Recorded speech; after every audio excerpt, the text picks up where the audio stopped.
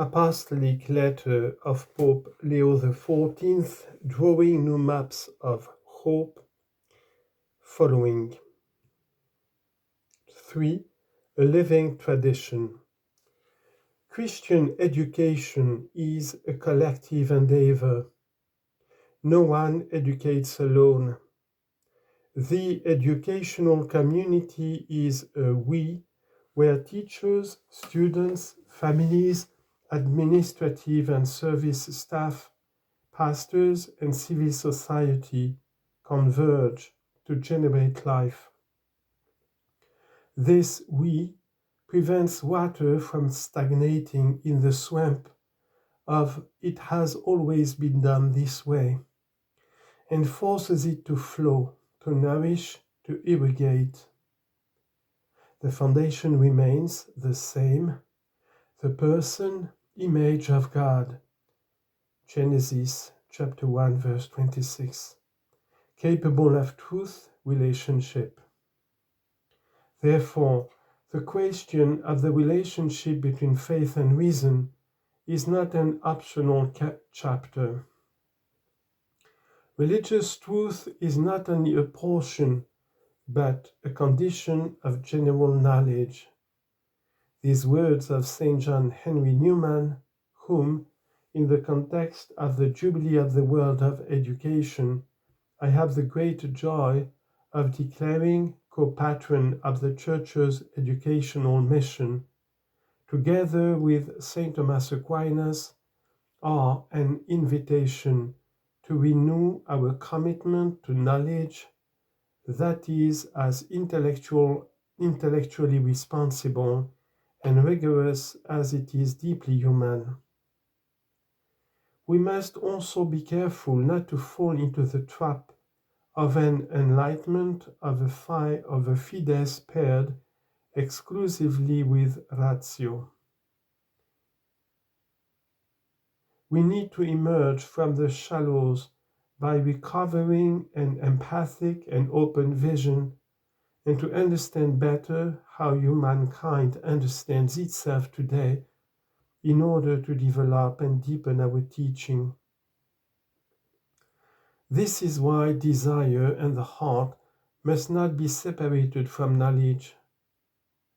It would mean splitting the person. Catholic universities and schools are places where questions are not silenced and doubt is not banished but accompanied. The heart there, dialogue with the heart, and the method is that of listening that recognizes the other as an asset, not a thread. Cor ad cor loquitur was St. John Henry Newman's Cardinal's motto, taken from a letter of St. Francis de Sales. Sincerity of heart, not abundance of words, touches the hearts of men. Educating is an act of hope and a passion that is renewed because it manifests the promise we see in the future of humanity. The specificity, depth, and breadth of educational action is the work, as mysterious as it is real, of making the being flourish, is taking care of the soul, as we read in Plato's Apology of Socrates. It is a profession of promises. It promises time, confidence, skill. It promises justice and mercy. It promises the courage of the truth and the balm of consolation. Educating is a labor of love that is handed down from generation to generation, mending the torn fabric of relations and restoring the weight of promise to words. Every man is capable of truth, yet the journey is much more bearable when one goes forward with the help of another. Truth is sought in community. 4. The compass of GRAVISSIMUM EDUCATIONIS. The Conciliar Declaration, GRAVISSIMUM EDUCATIONIS, reaffirms the right of every person to education and indicates the family as the first school of humanity. The ecclesial community is called upon to support environments that integrate faith and culture, respect the dignity of all, and engage in dialogue with society. The document warns against reducing education to functional training or an economic tool.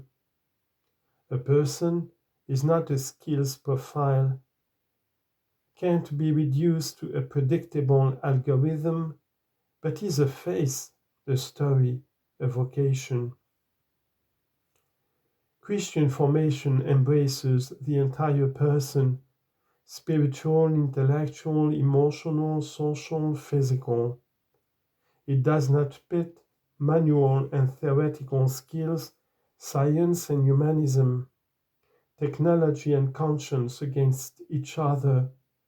Rather, it demands that professionalism be imbued with ethics, and that ethics be not an abstract concept, but a daily practice. Education does not measure its value only on the axis of efficiency. It measures it according to dignity, justice, the capacity to serve the common good. This integral anthropological vision must remain the cornerstone of Catholic pedagogy. Following in the wake of the thought of St. John Henry Newman, it goes against the strictly mercantilist approach that often forces education today to be measured in terms of functionality and practical utility. These principles are not memories from the past. They are guiding stars. They say that the truth is sought together, that freedom is not a whim but an answer, that authority is not domination but service. In the educational context, one must never claim to possess a monopoly on truth, either in its analysis of problems or its proposal of concrete solutions. Instead, knowing best how to approach them is more important than providing immediate responses to why things happen or how to deal with them. The aim is to learn how to confront problems, for these are always different, since every generation is new and faces new challenges, dreams, and questions. Catholic education has the task of rebuilding trust in a world riven with conflicts and fears. Remembering that we are sons and daughters, not orphans, fraternity is born of this awareness.